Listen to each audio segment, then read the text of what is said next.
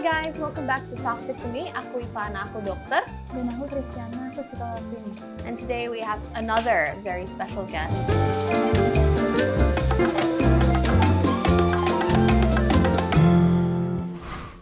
We have Nicole here. She's a dietitian and a gerontologist and also the co-founder of Agewell Jakarta. Nicole, do you think you could tell us a little bit more about yourself? Sure. Hi, everyone. I'm Nicole. I'm a registered dietitian and I practice in the United States.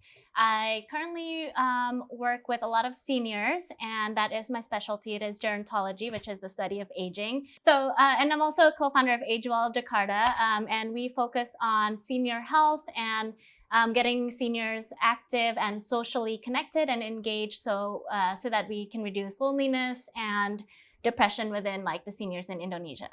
Yeah. Oh, that's so nice. Yeah. So is it, would they say it's panti jompo? Is Agewell a kind of panti jompo or a living space for older individuals, or? So no, we're not a living space yet, but we started with trying to get a place where seniors can go somewhere to be socially active rather than staying home at home all day, because I feel like a lot of seniors in Indonesia do that. So what we started with is primarily exercise programs right now. So it is like some different kinds of exercise programs we created with our in-house gerontologist, which is me, and one of our co-founders as well, who is a doctor and also gerontologist. Yeah, so we create those programs. First is exercise programs. We have a couple of creative classes, and eventually we have plans to like move on to like a lot of other things that create and foster community. Oh, yeah, it's nice. That's really cool. Really cool. So, thank you. I think kalau di Indonesia ini tuh masih banyak a lot of myths, revolving around senior health and also the mental health of older individuals. And I think we would love to explore more of that today, Tiana. Yeah, for sure. First of all, like, what are the myths and what are the truths, and what advice would you have for people who are also aging here in Indonesia? Okay. So, here's one thing that I hear very, very often. Sering banget dengar orang ngomongnya kayak gini. Kalau udah tua kan tulangnya udah kropos. Tulangnya kan very weak. And that's why they shouldn't do anything. Older people shouldn't be too active. They should stay at home and rest. What are your thoughts on that? Do you think you could share? I think that actually makes the kropos, the osteoporosis, even worse kan ya. Karena the more you stay less active, the weaker your muscles get, and also at the same time the weaker your bones get, because osteoporosis, it goes in like gets worse. It's like a progression rather than like from 0 to 100 langsung kan. It's like a progression. So what we want to do is at least like slow down the progression. Same with muscle loss, the same thing with that. It's a progression. We want to try to slow it down as much as possible as we grow older.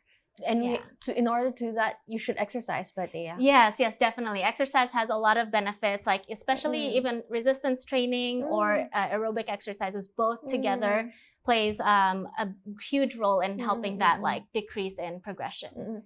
Yeah. Would you say though that like certain exercises are better than others for older individuals? Maksudnya kayak senam atau berenang, is that better daripada misalnya more active, more dynamic sports, atau is it generally the same? So I think in general it is, there's not one that is like the gold standard, right? I think everything has its benefits, like senam and swimming, berenang, itu kan it has good cardiovascular benefits, kan? It increases your heart rate.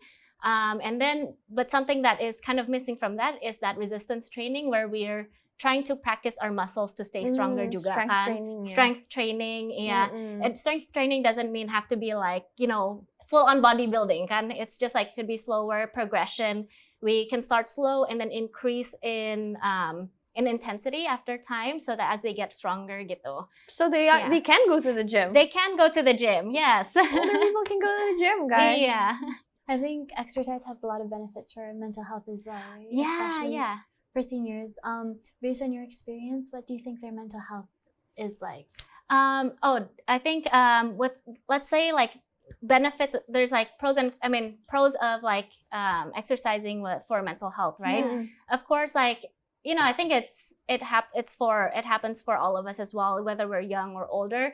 After exercising, we do get it does boost our mood, right? It does make us feel better. It helps us feel actually more energy afterwards. And then help us, I think what I get from a lot of our members at Agewell, like one of the biggest things they say is that they sleep better. And sleep with mood, I'm sure there's a huge correlation. Yeah, there's a huge correlation there. Yeah. So cool. So, kan orang pada bilang kalau taking care of your health itu harus dari muda karena itu sebuah investasi, ya kan? For let's say individuals who, let's say in their younger years, didn't exercise that much, would you say it's ever too late to ever start? I don't think so. Yeah, because I think we can always start at any level. We can start, if you've never exercised your whole life, but right now you feel like, oh, I know it's important and I know I have to right now. And so we can always start somewhere safe. I think the biggest part is where you start and you feel like you have to go all out. And then you injure yourself. Now that's where the risk is. Tapi if you start slow, start safe, and it's like, of course, maybe kalau dibantu sama like coach or something kan, jadi lebih safe. That is better than like going all out or not at all. It's what's even worse is actually like sitting down, being sedentary. Being sedentary. Because like the more you are sedentary, your muscle shrinks a lot, right? Yeah, atrophy. Yeah, muscle atrophy and sarcopenia kan. So sarcopenia is kind of like the loss of muscle mass as you age. So have you ever seen like those CT scans or MRI scans of like someone's thigh muscles? Yeah, and it's really small, kecil banget kan. Yeah, even though like let's say like the thigh muscles are exactly the same circumference gitu ya. And this is someone who's active, someone who's inactive. Someone who is inactive, their muscle size is actually so small, and then most of that is filled with fat. Yeah, and then someone who is active, muscle size-nya lebih gede gitu. So then this is like we call it sarcopenic obesity kan gini, and it happens a lot more in older people. Yeah. That's really cool. Ada perbedaan nggak in the numbers between, let's say like certain populations? So let's say Asian or Southeast Asian populations, do they have higher numbers of sarcopenic obesity or sarcopenia compared to, let's say, North Americans? Actually, I have not really looked into the study so much for that. But I would think genetics would play a role too, because I feel like I remember reading a study where East Asians at least are more prone to like they have less muscle mass than, for example, someone who is of African descent, gitu naturally kan. Jadi if we already start off with very little muscle mass to begin with, it's faster to also like just lose that as we grow older. Makes sense. Yeah, that's true. But besides also focusing on physical health and also moving and things like that, pastinya kan juga I think Agewell meliputi juga mental health of of seniors as well, right? Yeah. So I think we should talk also some more about mental health. What do you think, Tiana? Do you have anything to add? So I think I don't have a lot of experience with seniors or senior living, but I did practice at Panti Jompo in like 2023, 2024. And I learned that one of the main things that people struggle with is like loneliness. So feeling lonely. A lot of the seniors, like they're just sitting around and they don't really do much on a day-to-day basis.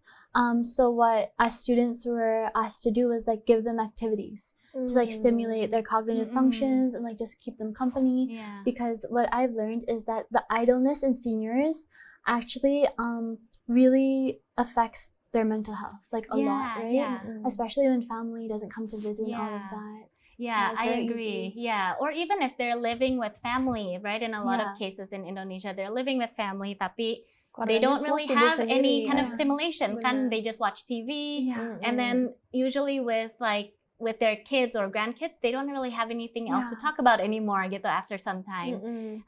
But also, did you know? Speaking of loneliness, that like the seniors who are lonely, there's a study, there are a lot of studies actually on loneliness and in seniors, but loneliness in seniors can increase the risk of mortality, which is like death, by 26 to 32%. Tinggi ya? Yeah, it's quite high. So actually they were comparing it, it's like smoking 15 cigarettes in a day. Really? Oh, Yeah. that's like the same as It's like, crazy. yeah, daripada like instead of smoking 15 cigarettes in a day versus being lonely at Loneliness. home or in a panti jompo Yeah. sendiri gitu, they have a same rate of death rate at that point. Guys, Yeah. take your parents out. Iya That's so nih. sad. Is it because, do you think, like depression or like the lack of like using their minds? Yeah, I think both. Yeah. I think it's a cycle. Yeah, kayak have you guys heard about ageism? Yes. Yeah. Yes. So it's kind of like there's both internal, external ageism. Kan Yeah. internal ageism is where like in our minds kita udah mikir kayak I'm too old to do something gitu. Jadi and I think in Indonesia banyak yang gini atau external, whereas other people around you bilang, oh ini mah oma apa udah taruh tua, udah nggak boleh keluar, udah nggak boleh exercise, nggak boleh apa kan gitu. So then that ageism I think plays into a role. So it's like a cycle kan what you were talking about. Yeah. So they first think like I can't learn something new, I can't do this, or I can't meet new friends. All my friends maybe passed away. All my friends moved away to different cities. I can't, you know. So then they start feeling like they're not capable or not independent anymore, more dependent on other people. And the more, you know, other people does things for them, it's like, the more they feel like, oh, I can't do it. Self-esteemnya juga makin Iya, drop self-esteem makin turun. Jadi it just keeps going on a cycle spiral, downward spiral gitu. And then as that gets worse, then they start also depression, loneliness gets worse juga. So then they do less things. And then it's another cycle. Because when you're depressed, you don't want to do anything. Yeah. It's like the vicious cycle of depression where it starts and then it becomes almost like self-perpetuating. Right? Yeah. I'm sure you know a lot about that too, yeah. I feel kayak di Indonesia tuh kayak ada sebuah preconceived notion that life stops when you're 60. Like when you hit 60 tuh life stops for you. Like everything just slows down. Padahal sebenarnya seharusnya kita tetap melakukan kegiatan yang sebiasanya kita lakuin kan? Yeah, because isn't it sad kayak our whole life we're working so much and then after we stopped working, masa our life stops kan? Iya, benar. And actually if we stay healthy, we stay active and socially connected, we can have maybe 20, 30 years more hopefully, right? Hopefully 20, 30 years more of life. And that's like a third. If you reach up to 90, that's 1/3 of your life is retirement. A big portion. Yeah, benar. I just ask you before we move on, from all of these like exercise activities and things that you've been like initiating with Agewell, what are some of the differences that you've seen so far, like even the smaller ones? Okay, I think that's a good question. Yeah. One of my most fulfilling things about like doing something like this is kind of hearing from, I was just in like the classes, in one of the classes last week, and we had a full class and everyone was so happy. And then I was talking to, they had caregivers in the, you know, waiting for them, or some of their daughters were there too. So I was just talking to a couple of them. And then I asked like, how's Agewell doing? What's your experience so far? And then they say like, kayak one of them said like, ini oma dulunya kayak males keluar dari rumah gitu ya, terus dipaksa sekali go to Agewell gitu, and at first like gak mau banget. It's like they feel very intimidated as someone older meeting new friends, making new friends gitu. I think most of us, a lot of introverts relate to like we don't want to make new friends sometimes, but then it gets worse as we get older gitu. I can imagine. Yeah, jadi so one of the most fulfilling thing is they start after it becomes a routine. After one time, they start meeting people and say, "Hey, it's not that bad," gitu. Terus it becomes their routine. Terus katanya pagi-pagi sebelum Agewell, they're already like udah mulai getting ready, dandan dulu biar kayak they look good gitu. Lucu banget. So then I think it makes them feel jadi gitu. semangat. They have that purpose juga, and they feel lebih ada confidence kayak gitu ya. Benar. Oh, that's so lovely. Do you think, Nicole, do you think you could recommend to like families or caregivers like things they can do for their older parents or grandparents who don't want to join group activities kayak itu, kayak gimana cara bujuknya, atau maybe kayak even if they belum pede untuk ikut communities like this, what can they do at home or what can they do outside of the house to help them with that? Yeah, I think like these communities is just one outlet. Yeah, there's so many other things they could do, but I think if you start at home, kind of start slow gitu ya. Maybe work on like something new, like a new hobby. If they don't have any hobbies, if they already have like a hobby that they really like, maybe show interest in it. Gitu. Maybe the grandkids or the kids of those grandparents biasanya kan they just ignore it gitu kan. It's like for example, kalau mereka suka banget kayak gardening gitu, Yeah. it's like, oh ya, opo mah suka gardening, tapi they don't show interest gitu. Yeah. So maybe you can say, oh, kalau kayak ask about gardening, kayak what plant is this? How do you keep it alive? How do you make it so healthy? They will be so happy to explain everything that they learn about this. And that it gives them that confidence that it's like, hey, I actually know a lot more. At least for cognitive decline, kan ada for mild cognitive impairment, we start with that first versus the MMSE. Kan? Right. I think there's a MOCA. Am I right? Have you? Yeah, I've heard I of need that. I need to verify, but I believe the criteria is they have a questionnaire called MOCA. So that catches it's a lot longer, but it catches more of the mild cognitive impairment sebelum the major like dementia diagnosis gitu. So I think there's that, but I think for younger versus older adults, I think it might be the same, almost the same criteria or symptoms. Yeah. Maybe I can talk a little bit from my experience instead of based on research, because I'm not very familiar with it. To be honest, in terms of treatment, I know kayak buat depression, anxiety, emang kriterianya tuh sama, tapi manifestasinya kadang beda-beda. So when I was in the Panti Jompo, I actually noticed a lot of kayak, even amongst the older population, the way that like depression, anxiety gitu-gitu would manifest tuh beda-beda. Jadi ada opa yang kayak berbaring like all day. He would just like lie down, because sometimes it's physical kan. Because one of the criterias of one of the symptoms of depression is like do you just feeling tired a lot, right? Sleeping, some people can't sleep, some people sleep way more than they need to, which I think also intersects with age though. Terus kayak karena kurang semangat, jadi emang individual based, harus ditelusuri lagi kan, like why are you sleeping all the time? Karena ya mau gimana lagi, just tunggu meninggal, like they would say things like that. It's so sad. Terus ada juga yang kayak nangis terus. Ada juga, I remember tuh satu opa-opa yang kayak irritability-nya tuh tinggi banget, like he was very irritable. He was really angry. Kalau main kayak board games with other opa-opa, he would get kayak marah. So I think walaupun gejala-gejalanya technically buat depresi are quite similar, manifestasinya beda and context dependent. And I think it's trickier karena ada intersection juga with like age factors and things like that. So you have to kind of see, okay, ini omanya tidur terus atau opanya tidur terus, apa emang itu faktor usia, apakah itu medis atau mungkin ada faktor psikologis juga. That's what I would say. But in terms of medical factor gitu, kayak maybe for you, Dr. Ivana, it's like kalau kayak it could be sometimes maybe like after a stroke, or like they lose that part, like aphasia, kan, they lose that part of like speech or communication. Maybe partly could be like actual physical health-nya kayak gitu, then they cannot express themselves, and then maybe that also could fall into depression juga. So maybe there's a lot of other like factors a lot of juga, kayak all of it plays a role deh kayaknya ya, cognitive versus mental health, semuanya bareng. For sure. New insight for me. Okay, so I think we've covered the mental health, we've covered physical health. This is another big part that I would love to talk about, which I don't think is talked about enough. Food for older individuals. Nah, I know kan biasanya kan kalau older people itu kan biasanya ada comorbidities, right? Like diabetes, or let's say high blood pressure, hypertension, gitu-gitu.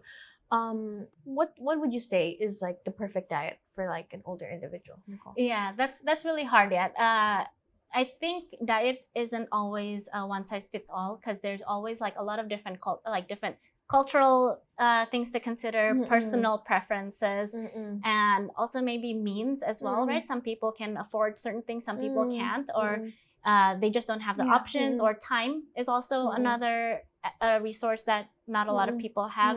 But in terms of like chronic disease management, it could be a little complicated depending on like heart disease, current lab values, kidney disease, diabetes, all of that, all of that can play a role into it, or like even stomach issues as well, digestion issues.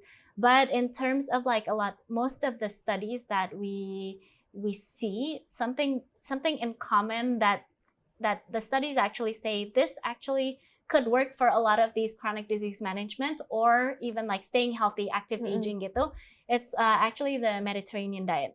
Really? Yeah. Okay. So it doesn't mean kayak actual food from the Mediterranean. It's just like Mediterranean diet tuh kayak in the past, in historical, like what they what they usually eat. It's something like mostly like they have a pyramid in the Mediterranean diet kan bawahnya. It's mostly like whole grains and things that are more then after that it's also like healthy fats, a lot of that, and saturated fats, a lot of omega-3s, and then in terms of, and a lot of fruits and vegetables, of course, that goes at the bottom, like a lot of it, fruits and vegetables. And then in terms of protein, it's actually also a lot of plant-based proteins. So Really? like lentils, that. Not like nuts steaks. and seeds. Yeah, I know, I like steaks too. But red meat. yeah, Karena so, apalagi di Indo ya, I feel like we come from a culture that is like so rich in different spices, rempah-rempahnya, dan different daerah-daerah yang berbeda aja tuh the general what's taste available of food aja tuh beda. Kayak misalnya orang Jawa, they tend to like sweeter foods, right? Let's say dibandingin dengan orang misalnya dari Sulawesi Selatan itu kan makanannya lebih asin gitu.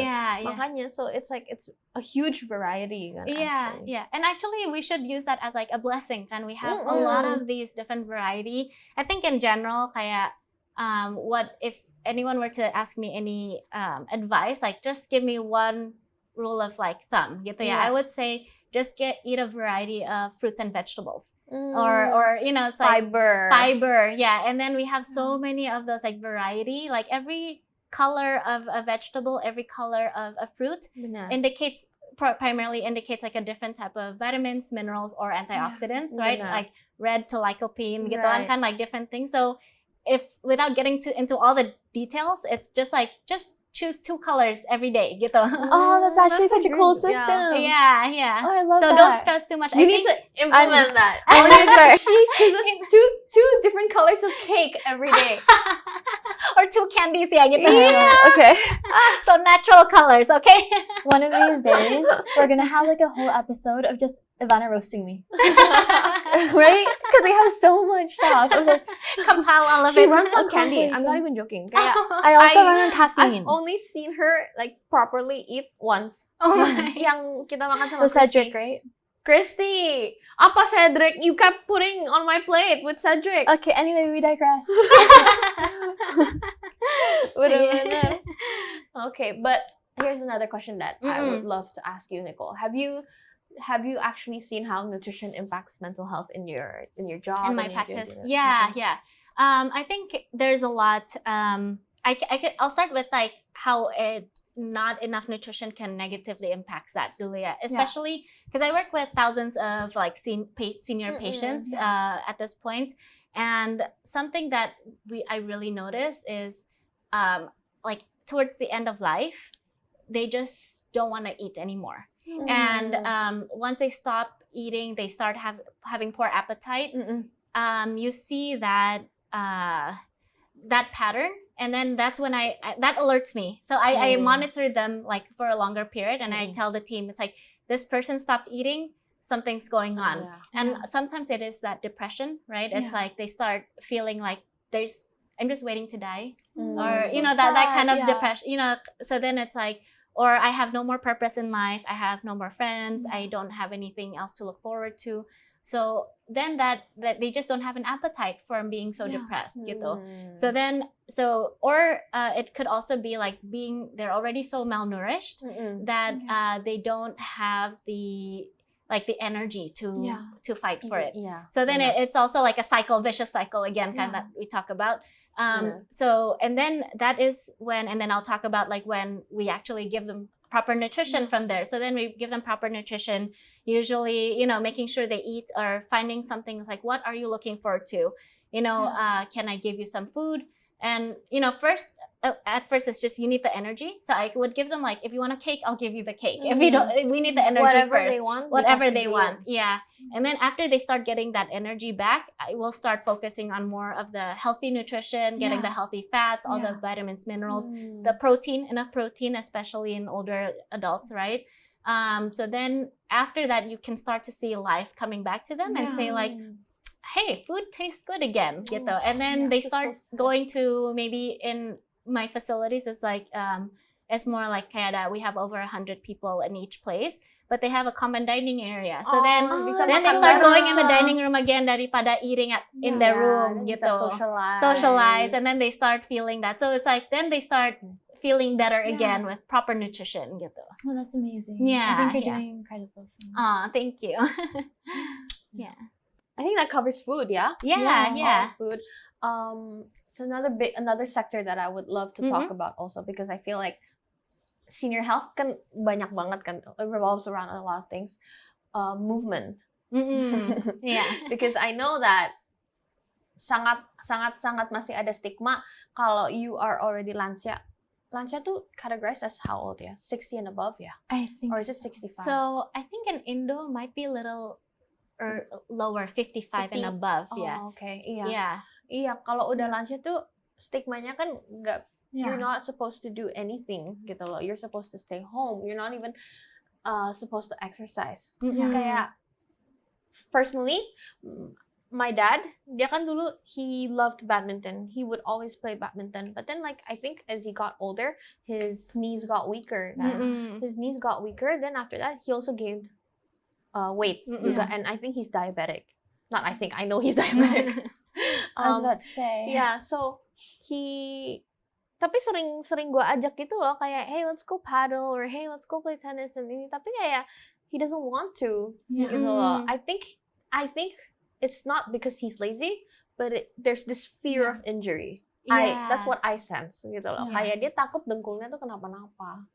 So how do you tackle that, Nicole? Yeah, no, that is something that we're trying to tackle every day. Yeah, it's really hard because everyone has that stigma for internal beliefs of themselves, and then plus what other people are already saying juga. There are some like more conservative doctors too in the past, or maybe current juga, but who actually advises them, okay, don't lift anything heavy, don't exercise too much, don't move around, use a wheelchair, kalau udah sakit pakai wheelchair aja nggak apa-apa gitu. But it actually makes it worse kan gitu kan, like all the chronic disease management will be a lot harder, like diabetes management will be harder without movement, and with decreased muscle mass, increased fat mass as we grow older, as we move less, that occurs, and then diabetes it's a lot harder to control that way, which could lead to kidney issues as well, and then maybe like heart issues as well, right, with all of that. So that is like that, trying to tackle that is really hard, but something that we try to do is just like what I said earlier, starting small. It's like, okay, fine, if you don't want to do paddle, because maybe it's like more high intensity, might be harder on your knees gitu, let's start with kayak the easiest one is starting for like a routine morning walk gitu kan, and that is what a lot of people do in Indonesia. It's like, okay, well, I'll just walk Jalan Pagi. But I think we can't just stop there gitu. We can start there, tapi kayak that's not enough. Has to go. Yeah. Thank you. Because honestly, kayak a lot of my patients, they come and say, oh, aku mah ikut senam pagi dong, atau aku jalan pagi. So fun. But I don't think you sweat that much. I'll be very honest. Gitu loh. Kayak, because there's this, apalagi orang Indonesia ya, they believe that kena matahari di bawah jam 10 tuh udah sehat. Iya kan? Have you heard of that? I heard of that. Iya. Kena matahari yang di bawah jam 10 is good. Udah, you just like a plant. Like, padahal UV light is UV light ya. And they think that as long as they're just staying active in the sense that they're just walking like from here to the kitchen to the living room, they think that that's enough. But I don't think it is gitu kan. And like the walking part is good. I mean, if you can walk for, I think, at least 20 minutes straight, that has some good health benefits for your heart gitu kan. So if you can do that, that's good. And then if you walk after you eat, it helps lower the blood sugars after a meal. So that also helps as well.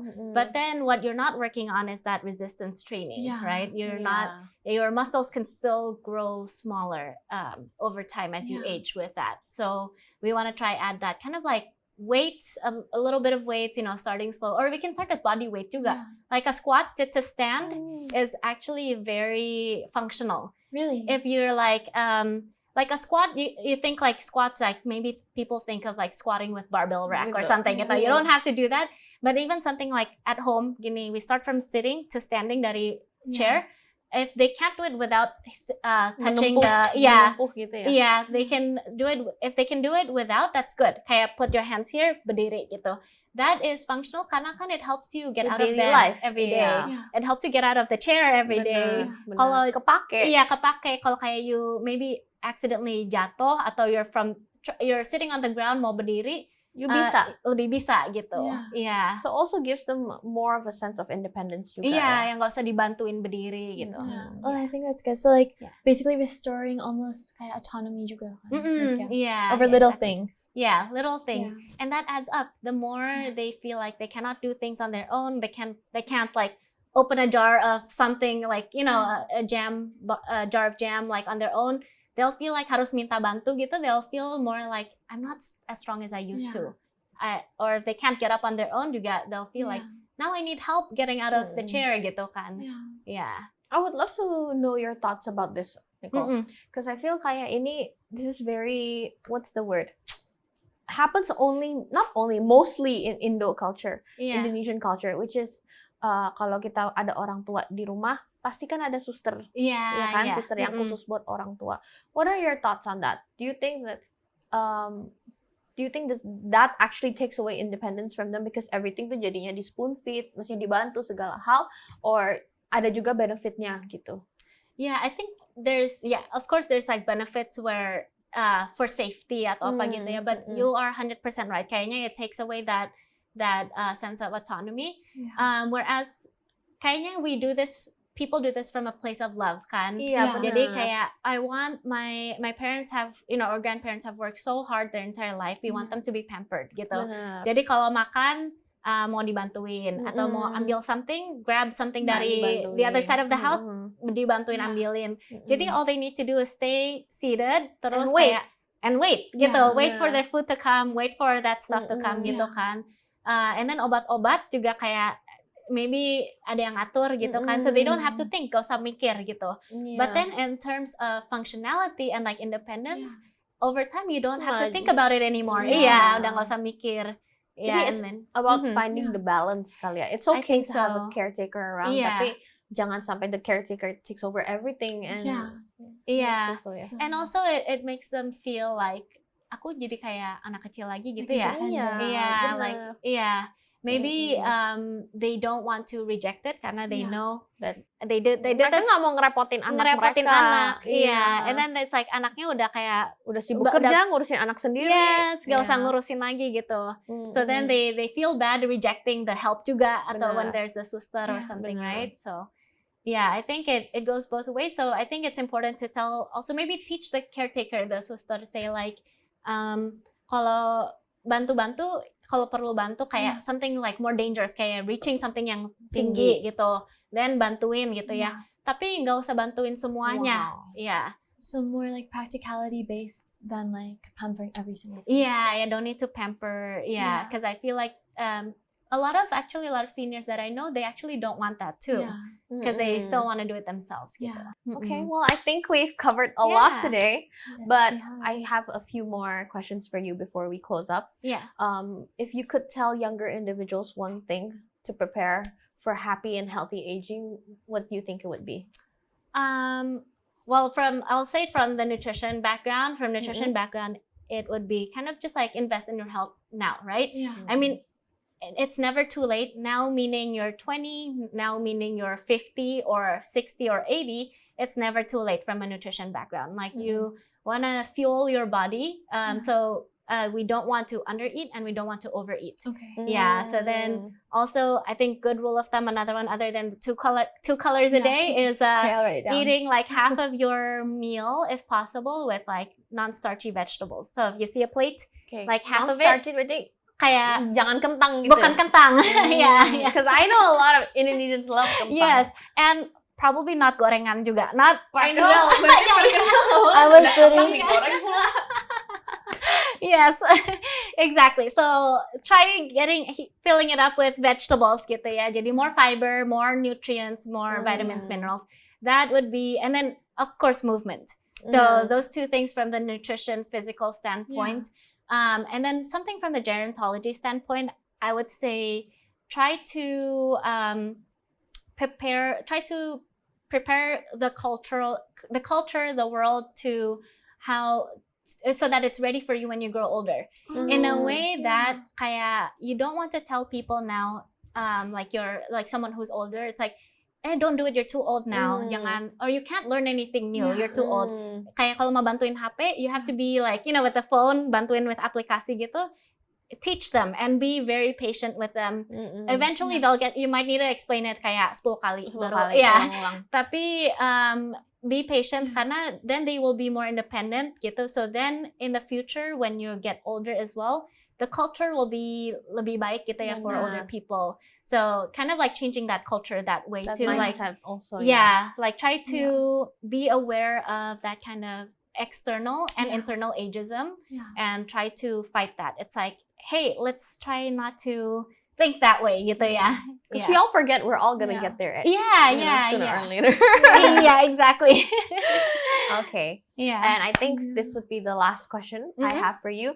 Where can people learn more about Agewell Jakarta and or join your program?